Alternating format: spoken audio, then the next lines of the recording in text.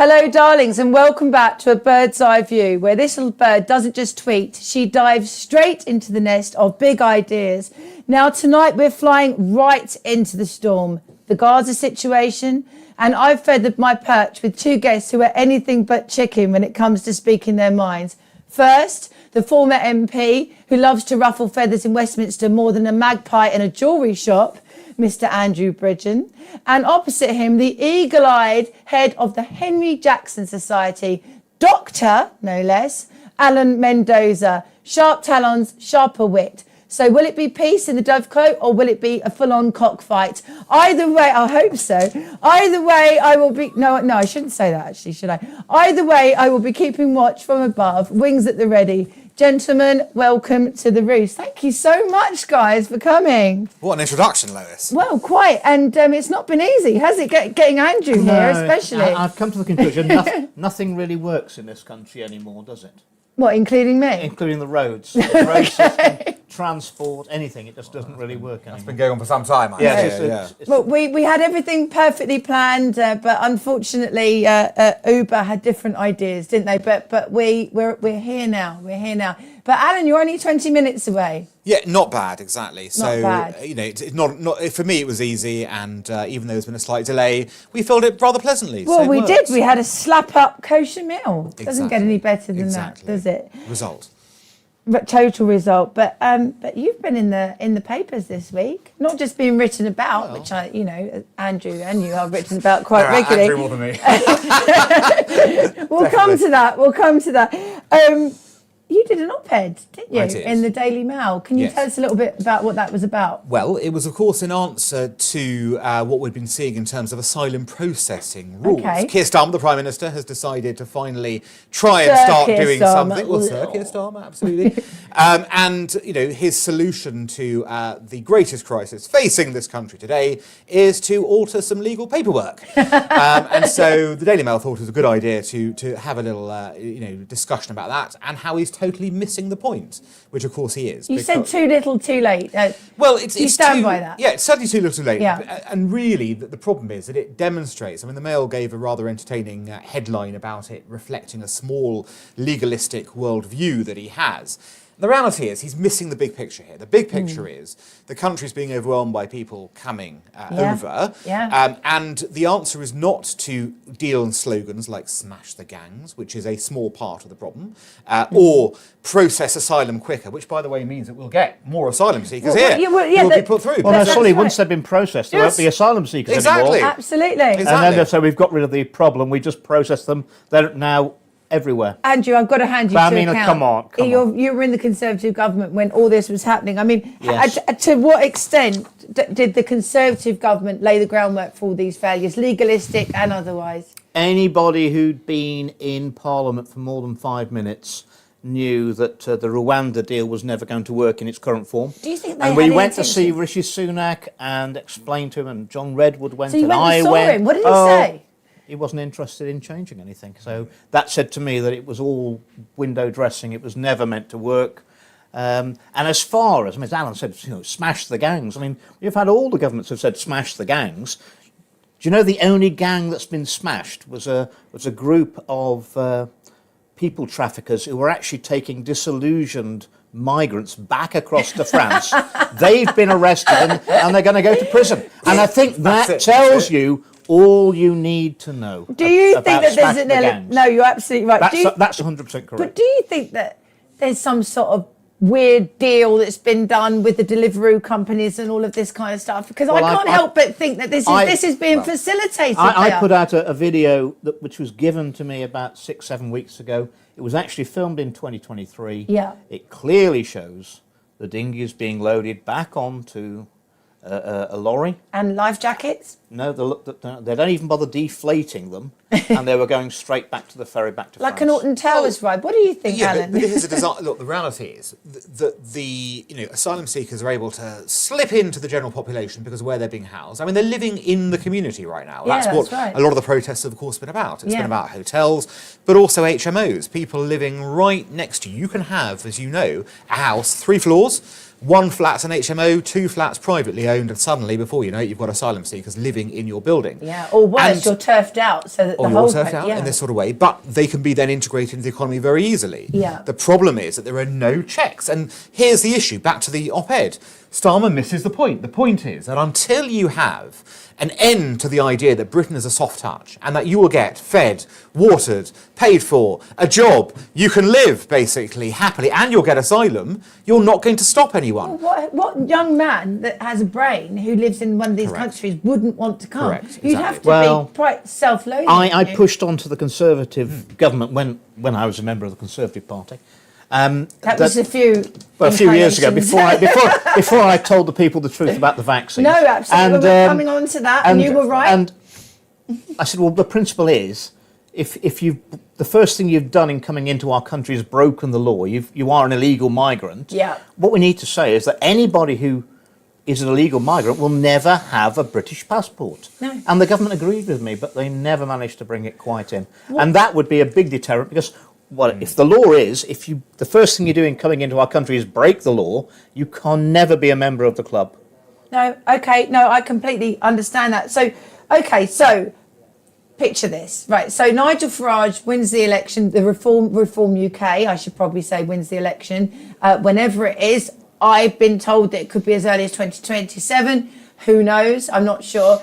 On the first day, Alan, and then I'll come to you, Andrew, on the first day, what needs to be done to ensure that the civil service and all of the vested interests, the judiciary, human rights lawyers, don't block his plan? Well, he's already said it. I mean, that's the interesting part about this week. We've seen his plans, Yeah. be outlined, be put out. Day one, this is going to happen. There's going to be a repeal of legislation. There's going to be a straightforward, you are going to do this. It all needs to be written Well, now. it does, of course. You need it. Call me Mr. Picky, but didn't Nigel already said it's impossible to send anyone back? Don't be really horribly anti-Nigel for no No, reason. hang on. I'm only merely quoting his own words. Didn't He say said that. it was impossible to send No, anybody he was, back. no, he was specifically referring, you're being deliberately disingenuous there. He was specifically... Educate me. What did he really mean when he said it's impossible? No, we can't no, send it was- anybody back. Rupert Lowe said specifically about deporting people that have been... It was specifically to do with people that have been born here. And Nigel said you cannot deport people that have been born here, that it's morally and ethically wrong. And actually, if you look at the polling, you will see that the majority of British people, because we're quite a nice bunch, actually, feel that you shouldn't deport, for example, the wife of someone whose husband has behaved horrifically and has broken the law by having sex with underage girls. She shouldn't be held responsible for his crimes. I think we can all agree with that. Yeah, okay, But I but mean, Rupert Lowe reiterated today that he would deport that woman because she knew what was going on. Now, if you're going to deport all wives whose husbands are playing away, whether it's being just normal playing away or paedophilia, it is a crime. you're going to be deporting a lot of men. It is a crime to cover up a crime. Yeah, but To knowingly, how do you to know knowing, she knows? To know, well, I mean, ask the Archbishop of Canterbury. I mean, oh, sorry. No, come on. Look, there is in that case. The former It Archbishop. was well known in all those communities what was going on. I'm sorry to say. That's the But do you think that problem women there. should be held responsible for their husbands No, sleeping but I with other do- women and Not girls? if they go to the police and give Exactly. evidence against them. Exactly. What if they're scared of him? Well, I'm just playing devil's advocate here. I'm just saying that was specifically Until the point. You that don't really want to deport anybody, do you? That's not true the at truth is all. about- I think you know full well that that's not true. I just seen it from a girl's perspective as well. You know, you can't be held responsible for your husband's actions, surely. No, that would And be that's all I'm that saying. would be entirely wrong. Yeah. Of course, we don't hold people responsible for that. But Andrew is right in the sense that if you do see a crime occurring and you know it's been going on Rupert for a said while, about deporting kids as well. complicitly in that sort of way, you are somewhat complicit, unfortunately. What about You know, the kids? well, the I'm kids just, are I'm not just, I'm complicit. just laying it out on the Well, table. the kids would not be complicit. if No, they're but they'd underage. have to go as well, according to Rupert. Well, I don't think Rupert Lowe's in any danger of making policy in this No, country. okay, right, fair enough. so I We think that's agree. We're that's a agreeing reality agreement of on this. that. But just to Okay. come back on the point about you make an interesting point though, of course, about being able to send people back. That has to be done through treaties. That's obvious. I You have completely you have agree to with you. find a way of doing it. And we just still give plenty of money away in foreign aid. Correct. That gives us some leverage Yes. over those countries. If you're not willing to have your criminals back, then we shouldn't be giving you any money at all. I completely agree with you. Or even more, so why don't we put sanctions on people? Sanctions on them. Tariffs, whatever it is, in this sort of way. Trump has shown the way, actually, on this way. Remember the flight to Colombia, right? Remember the Colombians? I They weren't having it, were they? weren't having it. Suddenly they were having it, because he immediately said, right, we're doing We're gonna give you this. some 100% tariffs, done, end of story. No, absolutely. Well, I'd just like to reiterate for my viewers that Andrew is completely wrong, and I do want to see mass deportations of illegal migrants. Okay, so thank you very much. And stopping, and a deterrent. We need a deterrent to stop them coming over. Yeah, Alligator which Island. Is even better. That's what we need. Or send them to Heston Services. That'd be well. No one will ever find them there. If they're in France, get Lois to order them an Uber. They'll never get here. There we are. Yes, exactly. That's the grand outcome. But seriously, do you feel this is doable? Is it doable? Yeah, All the course it's legislation doable. being broken. Of course Dr. it is Starkey doable. said it's like you need to imagine Gulliver, Gulliver's Travels, obviously, and the Lilliput people and all of the different chords being put over. It's not just one big chord. It's lots of that Blair deliberately set up the legislation in such a way that the ECHR was written into everything, so it was going to be a bit of a nightmare to untangle. And we had human rights before the EHR. Yeah, It's amazing. And amazing. We had it for a long time, didn't we? You Yeah. wouldn't be, We're still alive. Centuries. you wouldn't be worried about going to a country like New Zealand that's not in it, would you? Yes, Or Australia? No, you're absolutely right. I mean, people hold this up as, well, we didn't have any What's human the rights. paperclip thing?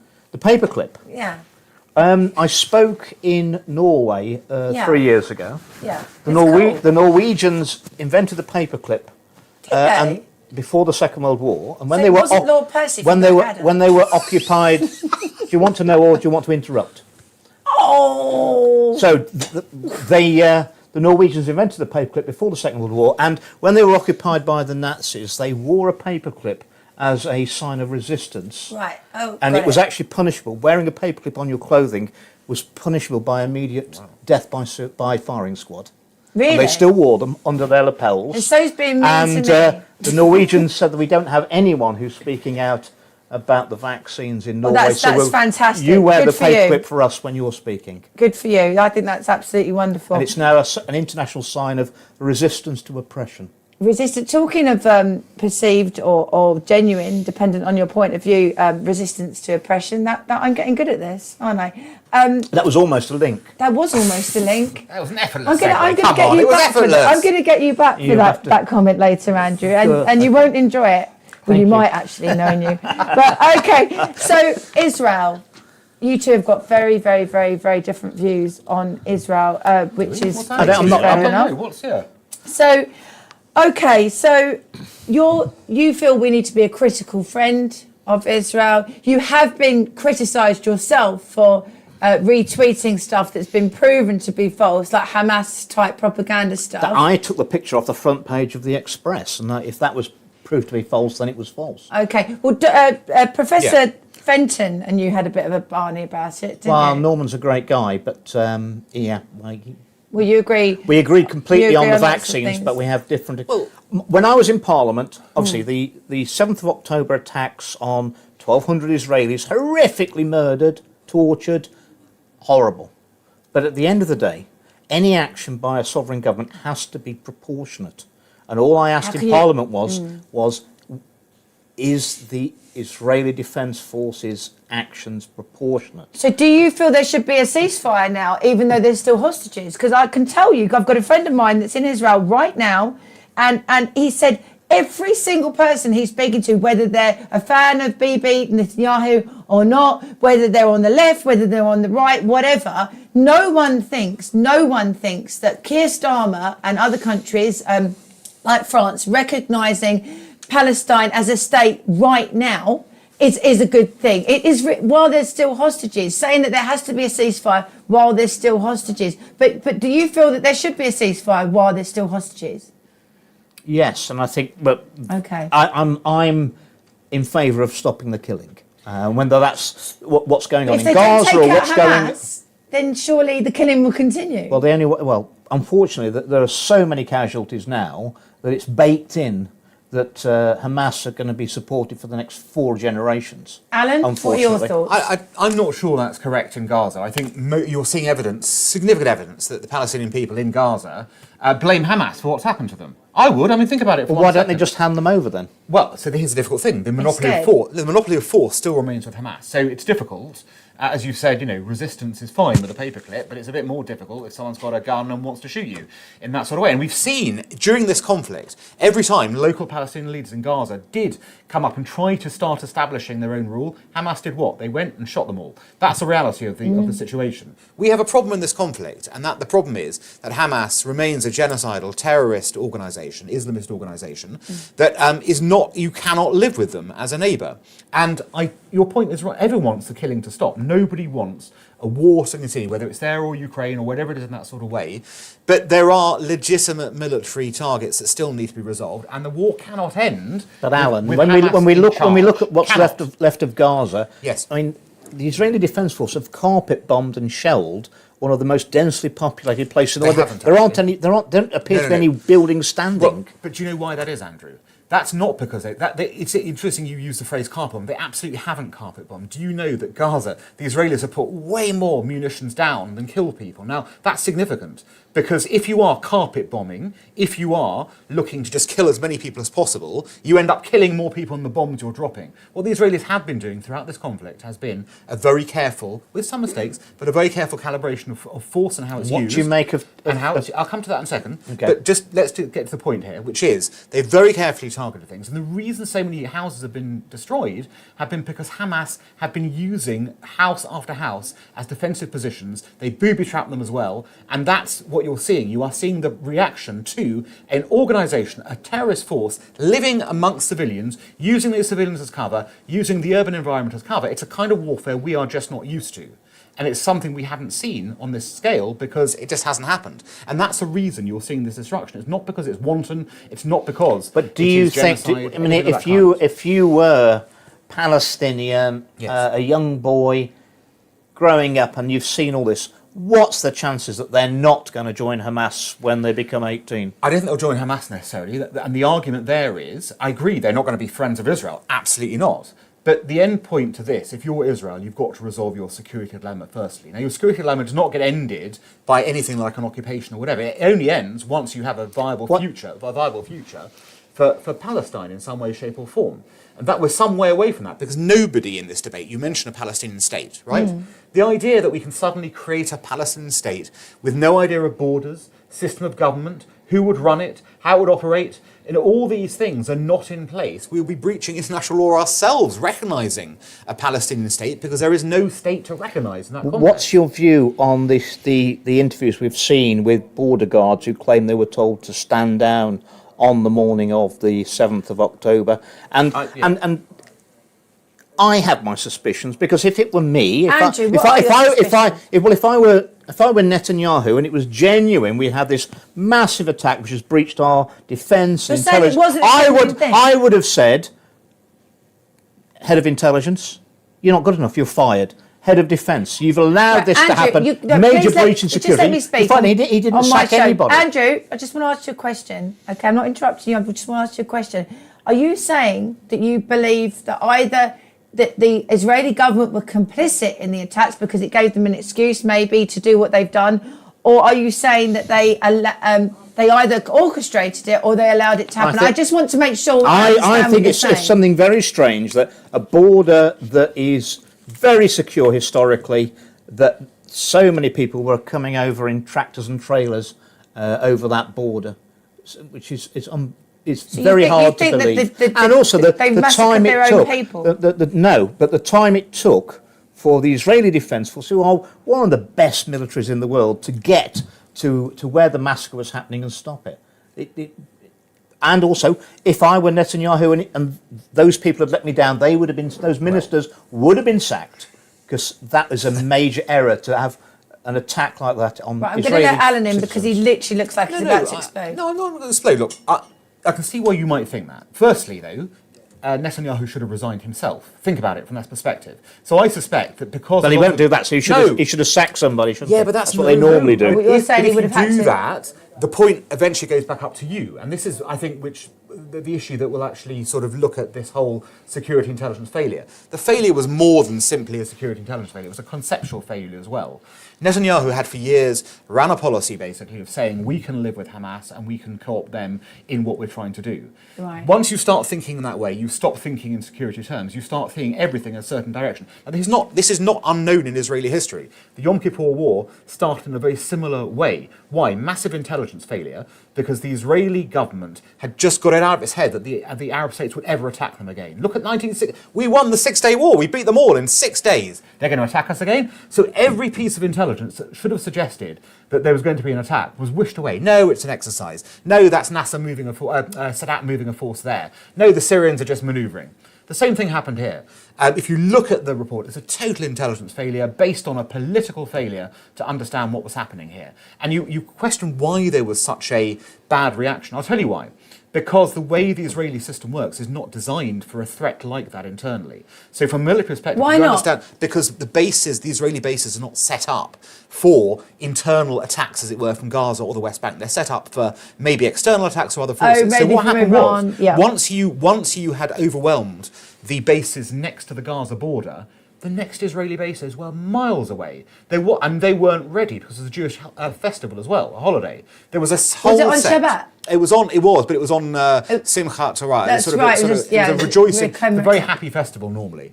They were just not aware. Now, it's a catastrophic error, and this will all come out eventually when they do the full investigation. Well, I'm shocked that no one's been held to account. Well, I mean, people it should have- is. well, people have it's, resigned. it's not. Yeah. You know, it's worse than catastrophic, isn't it? Totally. Horrific. It's utter horrific disaster. And part of the reason the war has taken the form it has is because Netanyahu is looking at changing the narrative as well from that moment to something else. Now, he's had great successes. The defanging of Iran, the destruction of Hezbollah. These are extraordinary triumphs the Israelis have done from a military perspective.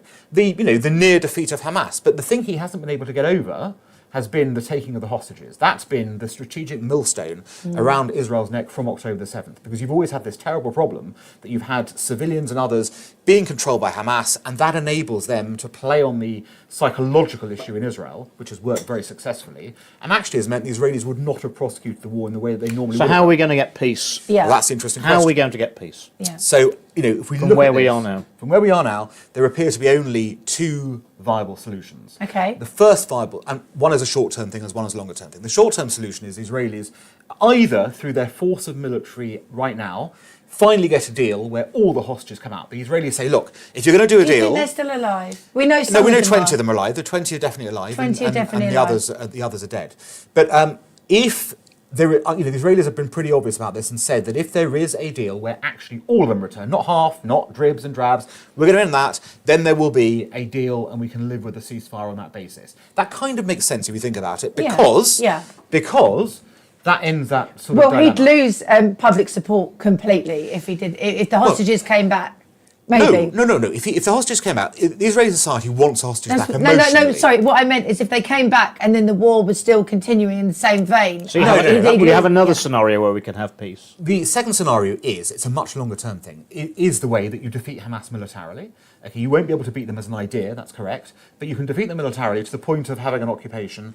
But then you've got to work out, and here's the key, you have to work out what happens next, because an Israeli occupation for the long term will not resolve the problem, will not bring peace.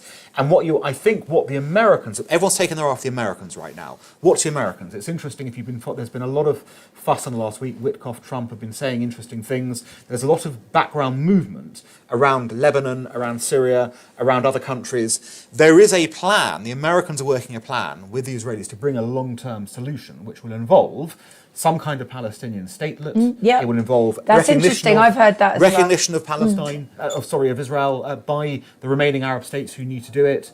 And it's tied up in a broader picture. But you've got to have the broader picture. If you don't have that, you can't get the Palestinian state. But don't you think that Starmer's really only using his threat of recognising a Palestinian state as a bargaining chip with Israel and trying to seem relevant? No. I mean, it wouldn't be unbelievable for him to change his mind. Well, I think he's doing this in the same way that Macron did his announcement when there was all the riots going with the Muslim population in Paris. I think that he's courting Muslim votes. I really, really do. I think that he's buying The Labour votes. Party courting Muslim votes. What are you talking? Have you lost your marble? A gay priest or something? Yeah, totally mad. Shocker. I'm not shocked. But we don't matter. Here's the interesting thing. You know, we just don't matter in this debate. The British state has been totally absent from any kind of meaningful discussion here. We're not a peace player. We're not a solution bringer. We are into slogans again. You know, smash the gangs, Palestinian state. That's going to solve the problem. But, Yeah. you know, and that's the issue. It's about domestic politics. No, absolutely. It is about domestic policy. And another domestic policy, I'm getting very good at this now, another domestic policy that is to do with domestic energy. Oh, come on. Some Very sort, good, some very sort of impressive. recognition for Very that. impressive. Net zero. Are you a domestic goddess? Yeah. I just can't help it. I'm just good at everything. And I can sing. You going to sing for us now? No. No. Okay, fine. You thought about it for a moment. I did. Well, so the UK's rollout of EV charging points is stalled. Again, who'd have thunk it, guys? Threatening the 2030 ban on new petrol diesel cars. I mean, in my previous incarnation, I had an anti-net zero organisation. We were the first, and we were credited. I attended one of your dinners, and Nigel came as well. Oh, you didn't he? did. You also Oh, no, had don't talk about Nigel, that dinner. Do you remember? Don't talk about that dinner. Well, how did that dinner? What happened? It was at the Carlton Club. I had a couple of drinks, hadn't I? And I'd taken a couple of prescription painkillers because I've got arthritis, and yeah, I made a joke about you actually, didn't I? I can't remember. I'm not going to repeat it, but It was to obviously say such a bad joke. No, but to say If it was a good one, it would have been to say people are still mentally scarred from it is. And then I did a similar thing at the Conservative Friends of Israel thing, which was where I met you. So I just tell you guys, I'm just going to say to all my viewers, I do not mix prescription medication and alcohol anymore. But anyway, There you it didn't go. completely Twice was ruin it. enough, yes. I didn't completely ruin it. But anyway, Heartland Institute is the organisation that I'm working with. Them, they're an anti-net zero organisation. They are actually Trump affiliated, although they're not linked to him, but they've advised the Trump administration on net zero policy, and they've been going for 40 years. And I'm delighted that they are one of the sponsors of this show. I'd be fascinated to see what Alan thinks about electric vehicles. I mean, for me, it's a pretty bad do if you have to bribe people to buy your products and incentives. But this is just a broader point. If they were good, people would buy them, and people don't want to buy them. No. I mean, I don't want to buy one. No, I don't want to buy nobody an wants EV. to buy them, and that's because we've managed to change the narrative on net zero. The other big problem with EVs is that China has got a massive lock on the global market now. Absolutely, Yeah, but they're that's making all all the deliberate. batteries. And they are selling them all at loss in order that we'll all buy their cars basically, and then all the systems will have all the information about you. They'll switch you off as well. But during COVID, if you got in your car and you weren't supposed to be going out, your car just Well, wouldn't if they've got a kill switch in the solar panels, Exactly. of course they're going to have a kill switch in your car. I'd be very suspicious about anything coming out of China. And I mean, that's if carbon dioxide was a thing, and if it was a thing, which it's not, but if it was, China are producing all these green products. The wind turbines, the solar panels, and the batteries for the electric vehicles using coal-powered power stations. While they are polluting. I mean, that's unbelievable. China are, if carbon dioxide was a thing, which it's not, but if it was, China have increased their emissions every year of the last decade, this decade, and the next decade. They will do by more than our total emissions every year. The whole thing so is it puts things in perspective. Yeah. I mean, I said to Boris Johnson, I was just looking at this. We were at British Gas in Leicester, their headquarters in Leicester. And Boris came. Was it a good day? Boris was Prime Minister at the time. He came out, I'm creating all these jobs with the apprentices. I said, well, the problem is, with the net zero policy, and this is under the Conservatives, I said, the problem is, Boris, you are creating new jobs, but they're all in India and China. No, that's absolutely By right. pricing our industry. We cannot make anything in this country. Our electricity is 5 times more expensive for business than China, 4.5 times more expensive than India. I'm very worried. I'm a Midlander. I think Land Rover Jaguar, with all their travails and their management, I think they're on the point of pulling production out of the UK and going to I think they are. Because of cost terms. Well, they've got a perfect excuse, haven't they? They've had the bungled Jaguar marketing. They've got rid of 500 of their top managers, and the factories are already built in India already. And also, look what Modi did with Starmer, and they took the tariffs off cars. That is not for us to export cars to India tariff-free. That is for them to manufacture them in India and sell the Land Rover Jaguars back to us. If we lose Land Rover Jaguar in the Midlands, we have not got much manufacturing left. That is not thousands of jobs, that's tens of thousands of jobs knock on. Yet bizarrely, apparently, Ed Miliband is the favourite to succeed Keir Starmer, not Angela Rayner, if anything happened. He's very popular with the Labour Party membership, despite what we may think of him. We see him as a clown. The whole thing is a clown. It's all relative. It's a low bar, and he's probably classed as gifted by them. That's the problem. Yeah. You know, David Lammy. I mean, I've known all these characters for like 14, Tell 15 years. Tell us about David Lammy. Well, however stupid you think he is, he's more dangerous than that because he is not a great intellect, but he's got this self-confidence where he thinks he's brilliant, and that is a very dangerous. Did you see I mean, him the man on who says Mastermind? the man who says that Syria's next door to Libya, and he's our foreign secretary.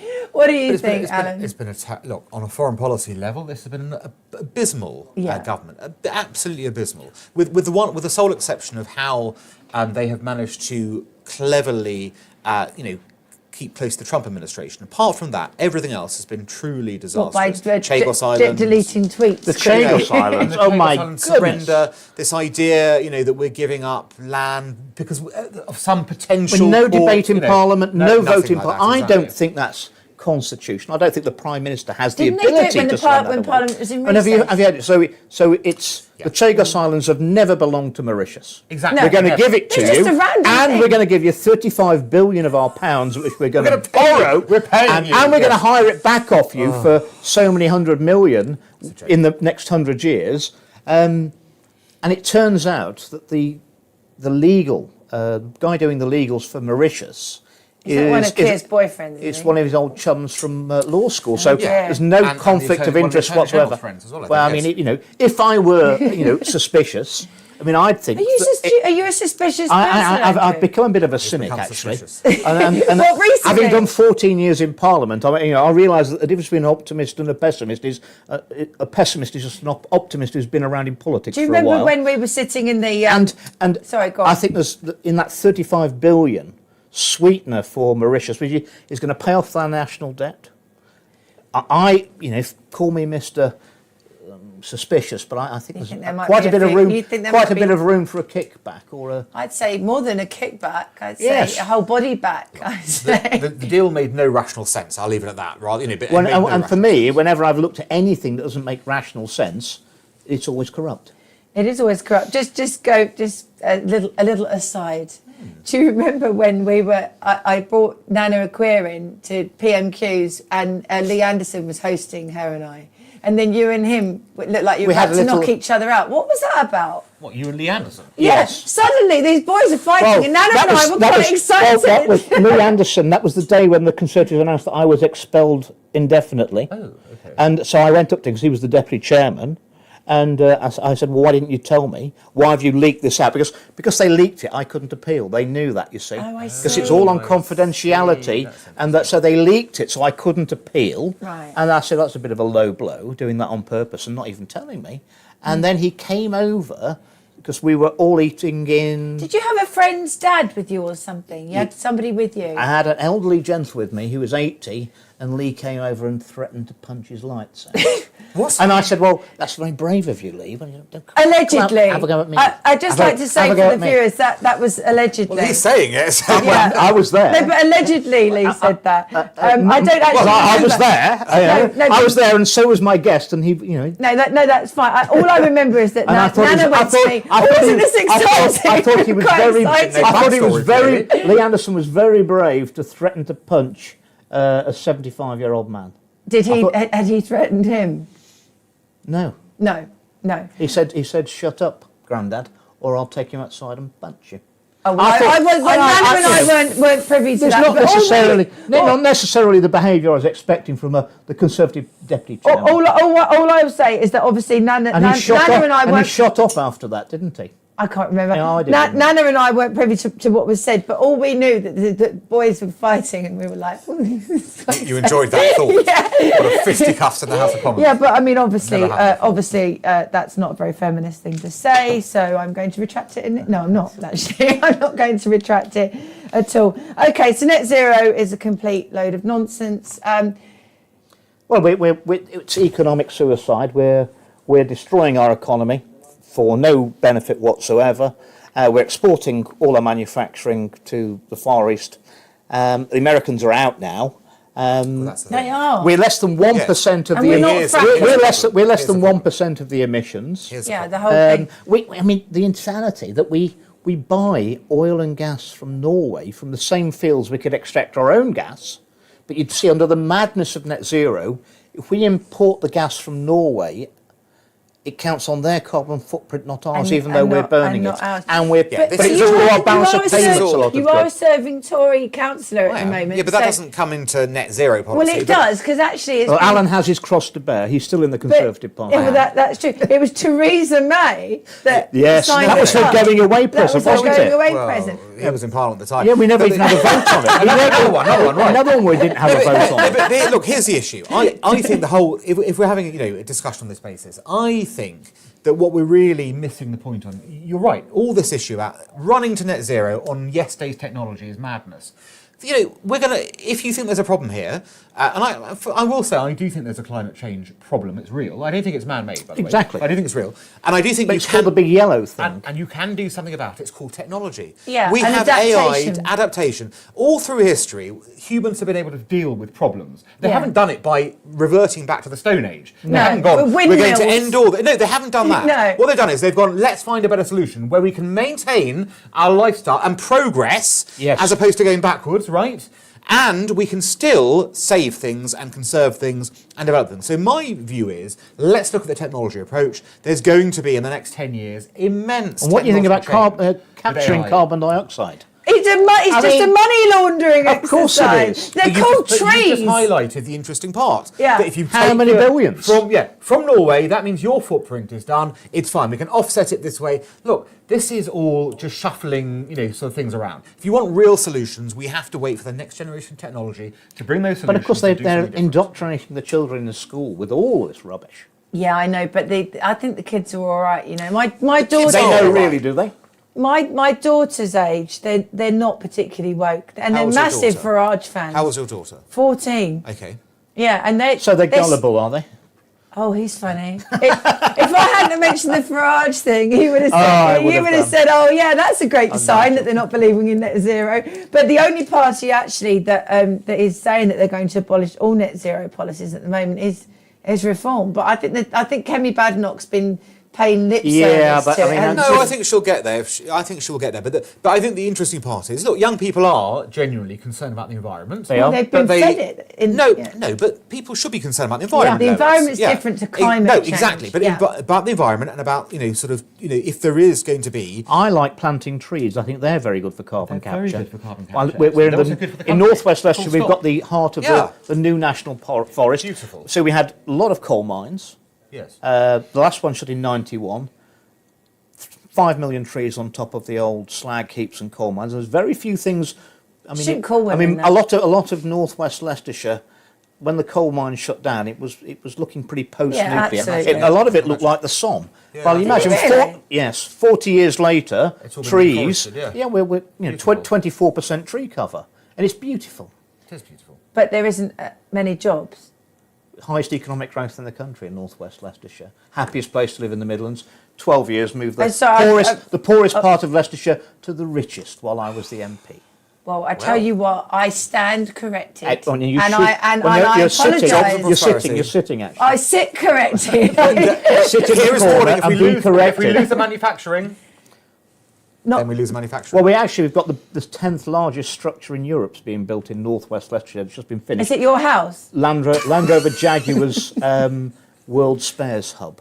That's why you're saying it'd be terrible if they go. And Amazon's 1 million square feet. Wow. This is 3 million square feet. 60,000 a week Fantastic. of business rates, 50% retention by the local authority. So why did you lose your seat?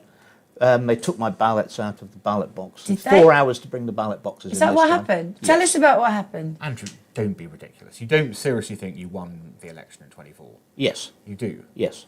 Okay. That's on the doorstep, yes. That's what everyone tells me. All right, let's talk about it. So what do you want to talk about? So No, all right, so tell me what you believe A happened. year before the election, the whole of the elections department at the local authority resigned on a Friday and were replaced by a whole new team. How often does that happen in local government? I don't know. Never. Right. And I rang up the chief exec, who's also new, and said, Alison, what's going on? I've just heard the whole elections department's resigned and all been replaced. I didn't even know they were going.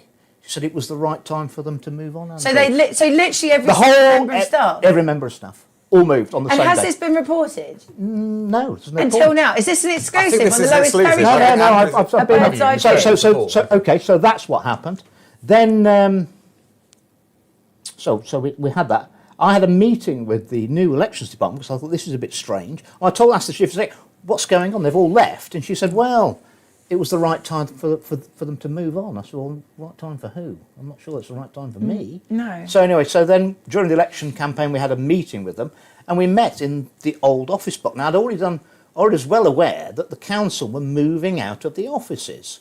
We're going to put the public-facing services into the empty shops in the shopping centre, so that increased footfall for the retail, and put the back room services of the council into office blocks that the council already owned and rented out on industrial estates.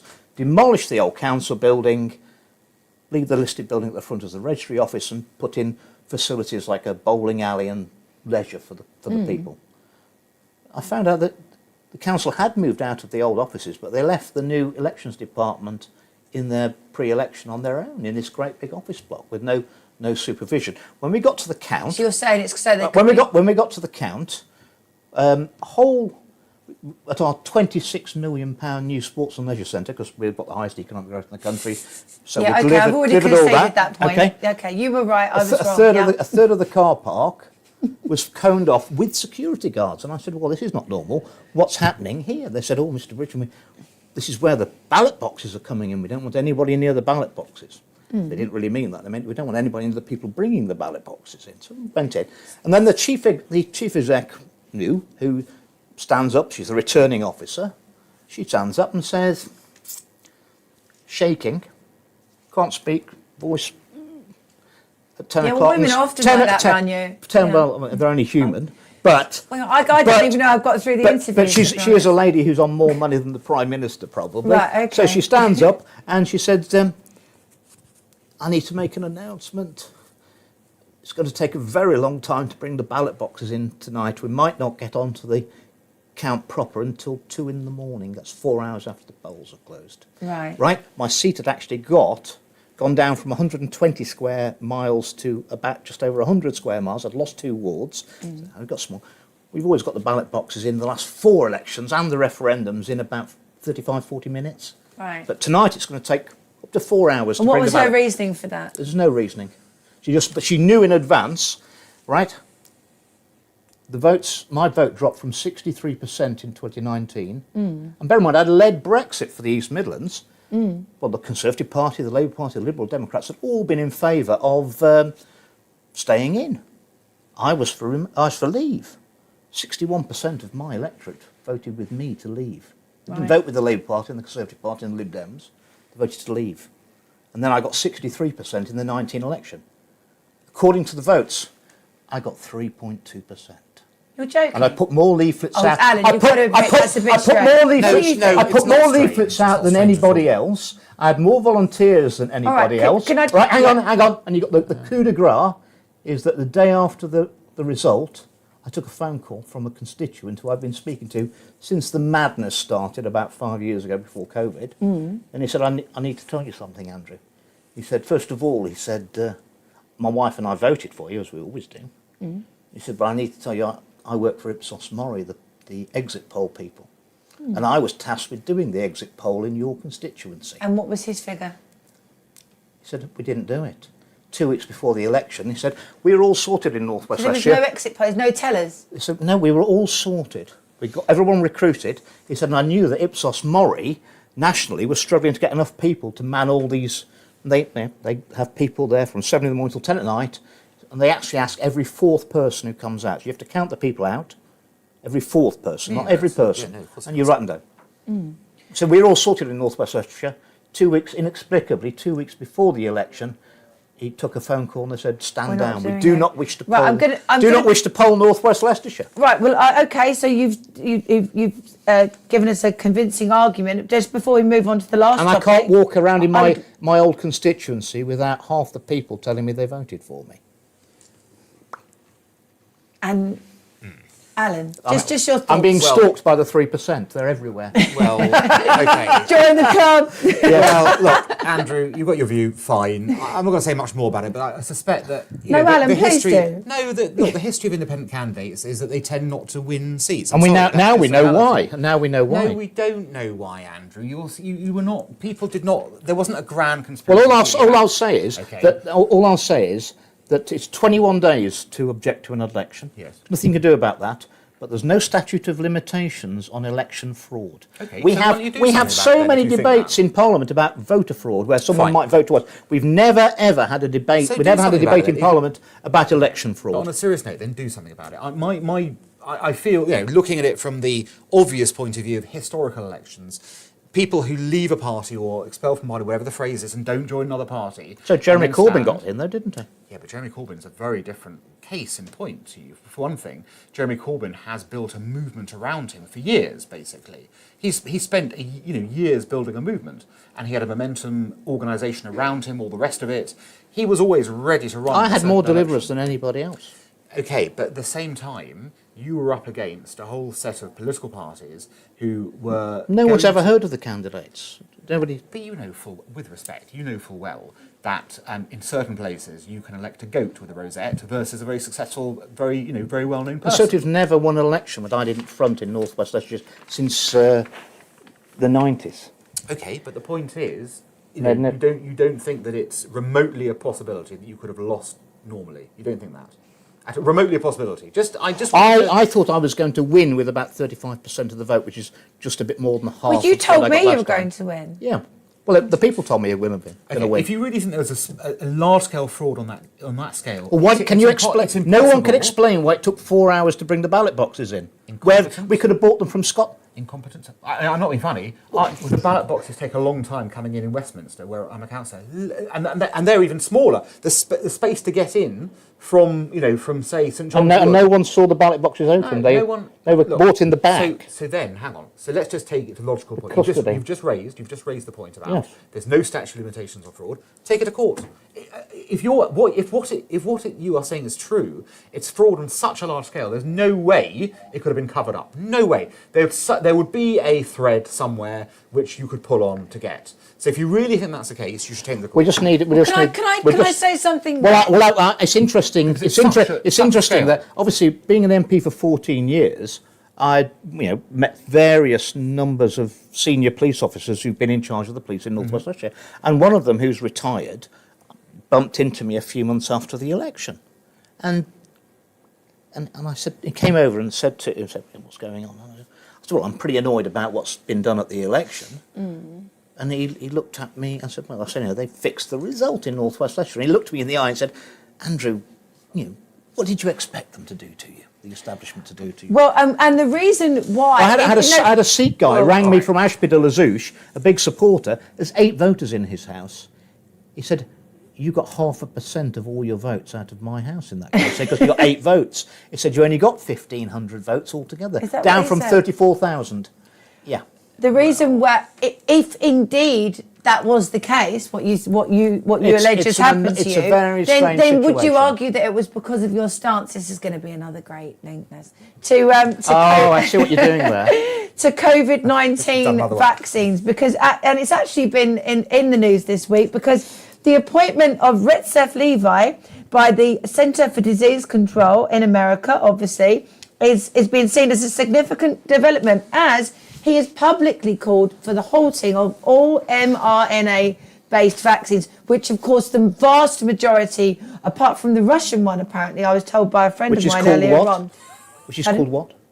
Which is called what? What, the vaccine, the COVID vaccine? Yeah, what was it called? What, the one that... The Russian one? I can't remember. Sputnik. Yes, Was it really? It I was, didn't yes, know yes. that. He said that his parents had the Russian vaccine. He's actually Hungarian. But yeah, so they're going to be halting all the mRNA vaccine programs over safety concerns. Is this America or saying you were right? Is this a shift in the narrative? Were you right, Andrew? Of course I was right. Of course I was right. And do you think that's why the Conservative Party told me I was right before they threw me out? Go on. They told. Well, I had the meeting with the Grandee, and Andrew, there is currently no political. This is January 2020. Before I spoke to Nigel, and Nigel didn't want to talk about the vaccines either. The party, Conservative Party, before they gave me the last warning, there is no political appetite for your views on the vaccines. There may well be in 20 years' time, and you're probably going to be proven right then. But in the meantime, Andrew, you need to bear in mind you're taking on the most powerful vested interest in the world with all the personal risk for you which that will entail if you continue talking about the vaccines. Who told you that? A Grandee of the party. And you were threatened? No, hang on, who? Jacob Rees-Mogg. Okay, interesting. Didn't you told me and a colleague of ours after my show that I used to have on Talk TV that you were you said there's no point threatening you because you've had the vaccine and you're probably going to be dying shortly anyway. Oh yes, that was and you're alleging that was a cabinet minister right, came so up to me in February 23 and put his arm around me and whispered in my ear, "You can talk about the vaccines all you want to, Andrew, but you're vaccinated. That means you're going to be dead of cancer soon." And laughed and walked off. So he was inferring that he hasn't been vaccinated. Of course he hasn't been vaccinated. In that case. All right, well... Anyway, so what's going to happen with Kennedy? He's going as fast as he can. We dropped Kennedy into... And people have said, I'm pretty annoyed because you're going to get rid of the mRNA straight away and change the childhood vaccines. Dropping him into CDC was like helicoptering in the new captain of an oil tanker to an oil tanker you wanted to turn around. You dropped him in by helicopter. Who, Boris Johnson? No, Robert Kennedy Jr. Oh, Robert Kennedy Jr., right, I was just saying. I missed the bit there. And people say, well, he hasn't changed the... Well, yeah, but the crew were all in mutiny and he's locked out of the wheelhouse. Big Pharma have completely controlled the CDC for a very, very long time. It's a revolving door. They've controlled all the regulators. So what you're saying and we've got the same in this country. And it's taken time. I know Robert Kennedy a bit. He actually rang me. He was the only person who rang me when I was expelled from the Conservative Party. Not one of my colleagues for 12 years even contacted me.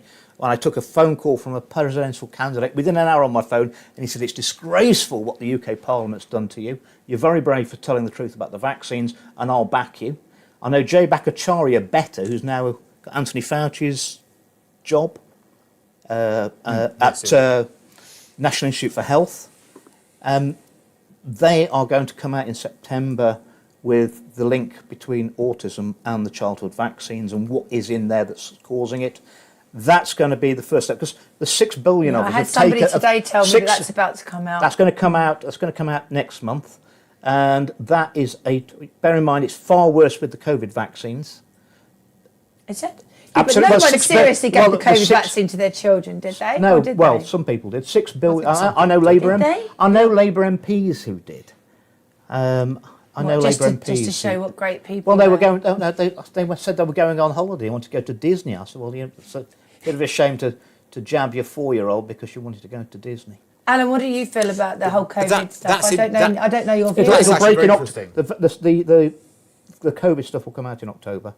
And when you realise that the vaccines have been harming the children, that's the stepping stone. Because if they told you everything about how bad it is with the COVID jabs, I mean, people will be having big problems coping with it mentally. It has to come out slowly, I'm afraid.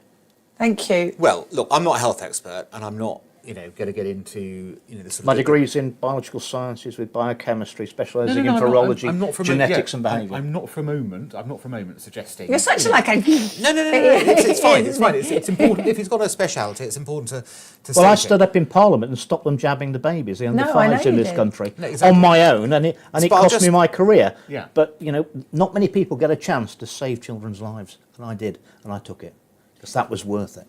No, I think this is obviously not. This is definitely not settled science. That's quite clear in the sense of there's a lot that will have to come out about this and discussion. I don't think for one moment. Look, let's just take a historical Do you think it'll view. be like a formaldehyde type thing? It might do, because let's take a historical Thalidomide. view. Let's take it. Oh, that's what I meant. Bear in mind, but let's Alan, say- you really realise that when I looked into thalidomide, Sorry. it was withdrawn in 61. It was 1972 before Before- the word no. thalidomide was debated, and before the Precisely. compensation scheme was set up for the victims, All who were sort of 12 years old, 13 it's years ridiculous. old. Alan, sorry, all you I were can saying. say on this is that, again, not as an expert, I can understand why they tried to rush the vaccines out. I totally get that. But in so doing, they didn't follow normal procedures, of course. We know that. We know they didn't do the procedures in terms of... Unless you they didn't have believe time it to was do And planned. also, No, you've Alan, got- absolutely surely was you not must be planned. a little bit suspicious when, OK, they're brought in an emergency use authorisation, but they've gone into 6 billion people's arms, and 4 years later they're still on emergency use. Well, I mean, surely that we've got the data now. I mean, no one's releasing the record level record level data because it's damning. About... The deaths and the harms from the vaccines. I mean, it's the death and the harms. I mean, I'm not being funny. But, I know loads of people who've been jabbed and nobody's died, okay, or damaged in any way, shape, or form. So just anecdotally. Well, let's look at the excess deaths we had since the pandemic. Okay, but the people I'm just talking about anecdotally from people I know, right? And that's I There have were to no put some COVID facts deaths in aside. Haiti where they didn't give any vaccines out. There were no- Lowest COVID fraction of There must have been 1%. some- yeah, Fraction okay, of but 1%. We know that there were certain areas in that sort of way. But I will say this: my father died from COVID. Okay, so and he died in December before the vaccines came out. So from my perspective, had I had the opportunity to give him a vaccine, I'd have done it. Okay, absolutely, because clearly life is better than death, whatever that life might be under a vaccine, that sort of way. So there is a personal issue there that and equally the people I know, like I said, nobody has died in that way. So I'm not suggesting for a moment that I know the science of it. I think there's a lot that's going to come out here. I do think that. I think there has to be a very big reckoning about understanding what happened. I don't think it was deliberate, not at all. I think we've got regulatory capture. When you've got When you say 86%, regulatory, but that's our point. We didn't know. 86% of the medicines and healthcare product regulatory agencies' budget is paid by Big Pharma. And you've got a revolving door, and that's the same problem they've got with the CDC. And we know that Anthony Fauci lied. He lied. They funded the gain of function of the coronavirus. And he lied to Can I the just say Senate. that I know and have met a huge amount of people that have been really damaged by having almost immediately My following taxi the driver, vaccine. That's my really taxi interesting. driver Yeah. was a young Asian gentleman, worked for the NHS, was actually moving the PCR tests about during the pandemic, forced to be vaccinated. He had 2 AstraZeneca, same as I did. Amazingly, had exactly the same side effects. Came out in autoimmune problems, hives all over his My body. nan had one vaccine because she was put under a lot of pressure from not least the GP, and she comes from a generation where people do what the government tell them because they think that the government's actually, they still believe the government has their best interests at heart, which is very sweet. But she had one jab and she got shingles immediately, and she said, "I'm not having any more." She Okay, run the really GP. interesting. Well, the biggest side effect of having the COVID jabs, any of I mean, them, it went was that away, you but- caught COVID. You got yeah, COVID. yeah. I mean, No, so- that's the interesting part. And But it's- the other interesting, here's the other interesting part. So COVID is apparently still circulating, right? Doesn't affect anyone anymore, no, does but it? It's called the cold. Viruses tend to attenuate over time, so they become more transmissible and less lethal. That's the theory, I mean, yes. and a third of all common colds are coronaviruses, And of and course, they're a snivel. Say that kind of So thing. they're- Of it's course, going to no one evolve. died down- of the flu, didn't you know? yeah, we didn't have any flu. No, we had no one caught the flu. No one caught Yeah. the flu. No one For died 18 from the months. flu. Yeah. I wore the mask once. There's a lot to come out in about church. the So that'd be very- pandemic. well, I was going to And- say, there is a lot to come out. That's the interesting Okay. part. There is a lot to come out. And I think, when that comes out, we'll be able to be in a position to assess this in a better way. I really think so. Okay. Well, I bought a Swarovski encrusted mask that I wore precisely once because my priest asked me to. And then I said to him, I can't do this. It just goes against everything that I believe in. I just think that it's just, it's just. Well, the controlled. SNP in Parliament kept wearing the mask when it wasn't mandatory, and I thought it was a good idea because they should just wear masks. But I mean, Yeah, well, I think That's the anybody obvious thing. anybody looking at those paper masks, the holes were 800 times bigger than the virus. I reckon I could just get squeezed through a doorway that was 800 Well, times you know, bigger than me. well- I think it'd be like trying to stop a mosquito with a picket fence. Absolutely right. And most woke women are hideous anyway, so I'm glad they wore masks. Right, okay. Well, darlings, the feathers have certainly flown in the roost tonight, from the choppy waters of the Channel to the deserts of the Middle East, and from the stalled electric highway to the sharp end of the vaccine debate. We have covered it all. A huge thank you to my two prize hawks, Andrew Bridgen and Dr. Alan Mendoza, for not being afraid to swoop in on the big issues. This little bird will be back on her perch at the same time next Wednesday, so make sure you flock back. Is it too many bird things, isn't it? For more, in the meantime, spread your wings and share the show far and wide. You've cooked your goose. Oh, enough. Oh no. And don't forget to give us a like. Until then, keep your eyes on the skies and cheerio. Mwah.